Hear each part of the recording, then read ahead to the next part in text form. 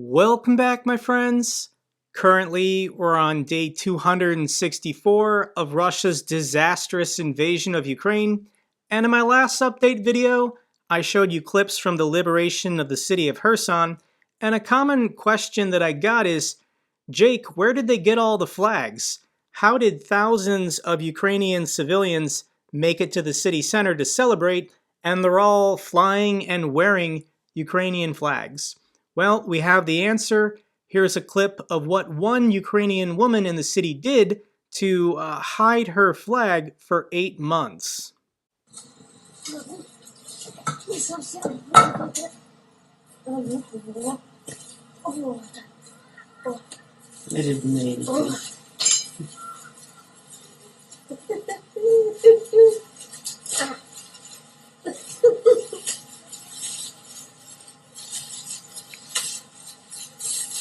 Мокренький, мокренький, мокрий, мокрий, Ну, живой. ну живой, мокрий, ну живой, не так, вот так. Отходи. And this is what life was like under Russian military occupation for 8 months. Ukrainian citizens who held on to their Ukrainian passports or the Ukrainian flags, they could be fined, they could be beaten, they could be murdered, so they had to conceal them. So this woman double-bagged her flag and hid it under a step in her garden. Truly inspiring. Alright, in this video, we're going to do some speculation, and I want to solve this mystery of why has NATO, why has the United States not provided Ukraine with longer-range ATACMS missiles. So let's read this article headline. U.S. military leaders are reluctant to provide longer-range missiles to Ukraine. Senior U.S. military leaders have advised the White House against sending longer-range missiles to Ukraine over fears it could provoke a wider war with Russia. This article is only, I think, from September 16th. But has it changed now that the Ukrainians have retaken the north bank of the Dnipro River? Here's a tweet from retired Lieutenant General Ben Hodges, and he says, approximate range for GMLRS, this is GMLRS, launched from HIMARS via Kherson is in the blue circle. So here's the key. This dark blue is what the Ukrainians currently have the capability of doing. So any Russian forces basically in this red area right here, they're going to have a bad couple of weeks. But when we look at how far could ATACMS missiles potentially reach Russian forces, this purple line is the ATACMS Block 1 with a range of 165 kilometers. And the green is the longer range one, ATACMS Block 1A, with a 300 kilometer range. What this would mean is that all of Russia's military assets in Crimea would be at risk. Their planes, their helicopters, their ships, their fuel warehouses, their ammunition depots, their command posts. And this would end the war pretty quickly if Ukraine could successfully target and then take out all of these assets. More than likely, Russia would just abandon the peninsula as, one, they can't really resupply it that effectively now that the Kerch Bridge has been destroyed, but two, Ukraine views this as Ukrainian territory, and NATO also recognizes it as Ukrainian territory. NATO weapons are allowed to target Russian military assets on the Crimean Peninsula. Now, the counter-argument to this is if you give Ukraine missiles with a 300-kilometer range, what else could they hit if they decided to go rogue and start targeting inside Russia? So here is the extent of 300 kilometers inside of Russia's sovereign territory. And it also includes most of Belarus up to the capital city of Minsk. This is what makes people in Belarus and Russia extremely nervous about these longer range missiles. All right, so let's try and solve the mystery here of why Ukraine has not been provided with ATACMS. And let's do a quick review. So the GMLRS, the GMLRS, These are the smaller, shorter range missiles that have been absolutely devastating the Russians the last 4 months, blowing up their fuel warehouses, ammunition depots, command posts, logistics hubs. It's all been annihilated these last 4 months. And if Ukraine had the longer range missiles, these are the ATACMS, then potentially up to 300 kilometers, all of that would be in play. Now, both of these size missiles can be fired from the same launchers. There's the M270 and the M142 HIMARS. There's also the Mars 2. I think between all of these systems, Ukraine has, I think maybe 24, 25, 26, somewhere in that range. Now, the first factor we have to consider is cost. How much does one of these larger, longer range missiles cost to give to the Ukrainians? And according to a Military Today article, I'm seeing $820,000 for a single missile, but this figure is probably a couple years old, so I think it's appropriate to round up and say about $1 million for a single longer range ATACMS missile. Now with the Gimlers, the shorter range, I've seen estimates from 100,000 up to this War Zone article where some official was quoted as saying 168,000 per missile. So we're going to round up and use the more expensive figure. And it's important to remember how many missiles are in a pod for the Gimlers. When you're launching the smaller missiles, you can fit 6 in a cartridge, 6 in a pod, but when you launch an ATACMS, it's just 1. This thing is huge. It takes up an entire pod, an entire missile. So here's the cost breakdown and the basic target breakdown comparing the two.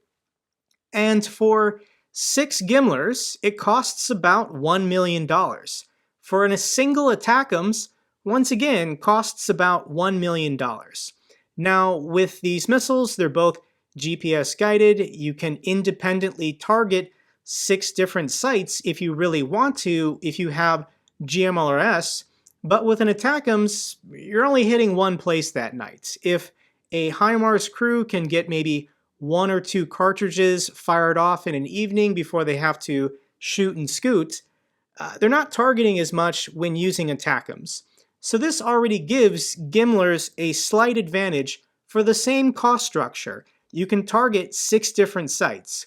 Now the Ukrainians do double tap and triple tap lots of these sites to make sure they go boom, but still you're getting more done by using Gimlers as opposed to ATACMS. The other consideration that I don't hear people talk about ever when considering ATACMS is how effective is Russia's air defense systems against Gimlers and against ATACMS. Russia has 2 deployed air defense systems operating in Ukraine. There's the older Soviet S-300 missile system, and then the more modern, I guess more capable S-400 missile system. And this is the meme on the internet the last 4 months. What the heck has Russian air defense been doing as all of their fuel warehouses, ammunition depots, command posts, they've all been destroyed by the Ukrainians? Russia's S-300 and S-400 air defense systems prior to this war were considered to be pretty darn good. But so far they've been proven to be incapable of shooting down Gimlers. And at this point in the war, this is a proven fact. Russia's air defense systems are useless against Gimlers. And I suspect that the Pentagon and NATO knew this when they decided to supply Gimlers and not ATACMS 4 months ago. It is possible that there could be a software update in which Russia's air defense system gets its act together and they can start shooting down these Gimlers. But because they're smaller missiles that go a shorter distance, they're just not in the air as long, and their radar systems get confused thinking they're just simple artillery rounds. But let's now consider the ATACMS. This is a much larger missile for Russian radar to spot and track. It stays in the air longer, once again making it easier for radar to spot and track. So this might be the answer why the West has not provided Ukraine with ATACMS. They're not confident that ATACMS missiles will actually hit their targets because Russia's air defense systems might be able to actually shoot them down. So what the West has been doing the last 4 months is supplying Ukraine with weapon systems to destroy Russia's air defense systems. A big force multiplier in this war was the introduction of these AGM-88 anti-radiation missiles. Basically, you fire this missile off, it seeks out any device emitting radar and then blows it up. This is how the Ukrainians have been going after Russia's air defense systems. And I think NATO and the Pentagon, they want to see all of Russia's air defense systems completely destroyed before they start introducing NATO aircraft into Ukraine.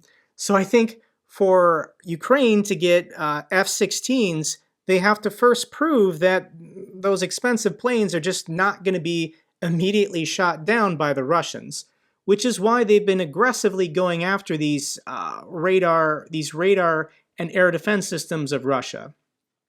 So let's now double back and look at this breakdown once again. You can either get for $1 million 6 Gimlers that can target 6 different targets, and you know they're gonna hit. Russia can't shoot them down. Or a single ATACMS that can only target one thing, and Russia's air defense systems might be able to shoot it down. I think this is the answer why NATO has not provided Ukraine with longer range, larger ATACMS missiles. So here's now the chess match going on between Moscow and NATO. Let's walk through this, what the logic flow might actually be. Step 1 is that people at the Pentagon decided that ATACMS are not best for Ukraine. Just give them tens of thousands of Gimlers over months and months and start hammering away at Russia's front lines. But simultaneously, convince the Russians that you're doing them a favor. Say, oh, we could supply ATACMS to Ukraine, but we're choosing not to because we don't want to escalate the situation. Step 3, if Russia's military just collapses, then I guess the ATACMS weren't really necessary anyways. But if Russia chooses to consider even escalation, maybe a tactical nuke or using chemical weapons on the battlefield, then NATO can always just say F it and start giving ATACMS to Ukraine. We keep this as a possibility if the conflict escalates from the Russians. Step 5, once there is a critical failure of all of Russia's air defense systems because the Ukrainians have destroyed them all, then yes, maybe to finish off this war, you could start supplying the Ukrainians with ATACMS when you know that they're going to succeed at hitting their targets because these are very expensive missiles. But in the end, it might be moot because the Ukrainian military is performing so well. Gimler's range, once again, 70 or 80 kilometers. If the Ukrainians can start pushing from Zaporizhia and get to Melitopol, get to the Sea of Azov, then all of Crimea is going to be within Gimler's range anyways. So, as nice as it would be, as convenient as it would be, if Ukraine could just start targeting all of the Russian military assets in Crimea, I do think there was a logical reason why they weren't provided, and as Ukraine continues to succeed on the battlefield, there's a logical reason to say that these missiles might never get into Ukrainians' hands. It might be a moot point as the war continues. Let's now wrap up this video with a couple feel-good clips. Here are Ukrainian soldiers handing out humanitarian relief, and these are 2 elderly women who are surprised to see their own troops. Maybe they don't know that they've been liberated yet. So here is their reaction. Здравствуйте. Добрий день. А що, це наші? Наші. Що, серйозно? Так.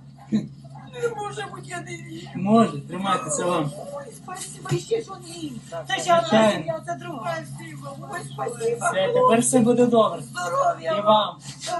Щоб ви живі остались і здорові. І вам. Тому що не дай оттуда начнуть, вони нас тут Ні-ні-ні. поб'ють. Не поб'ють. Не поб'ють. Спасибо. Все буде добре. It's wonderful seeing these civilians get the help that they so desperately need.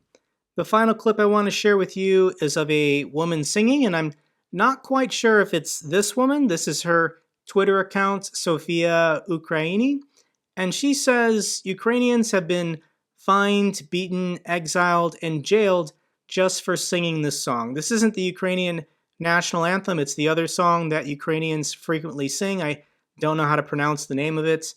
And she says, we still to sing it out loud in our bathrooms, the hallways, parks, wherever we can to defy the oppressive regime that continues to try and destroy us.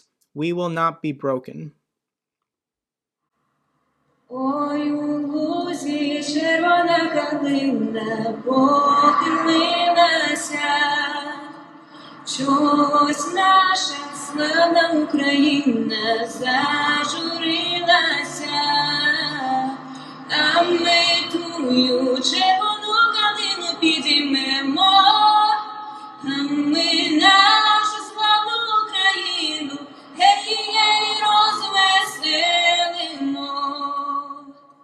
That's all for this update video. Glory to the heroes, glory to Ukraine. If you found this video informative, give me a thumbs up. Best way to support the channel. Comments or questions, let me know down below. I love hearing from you guys.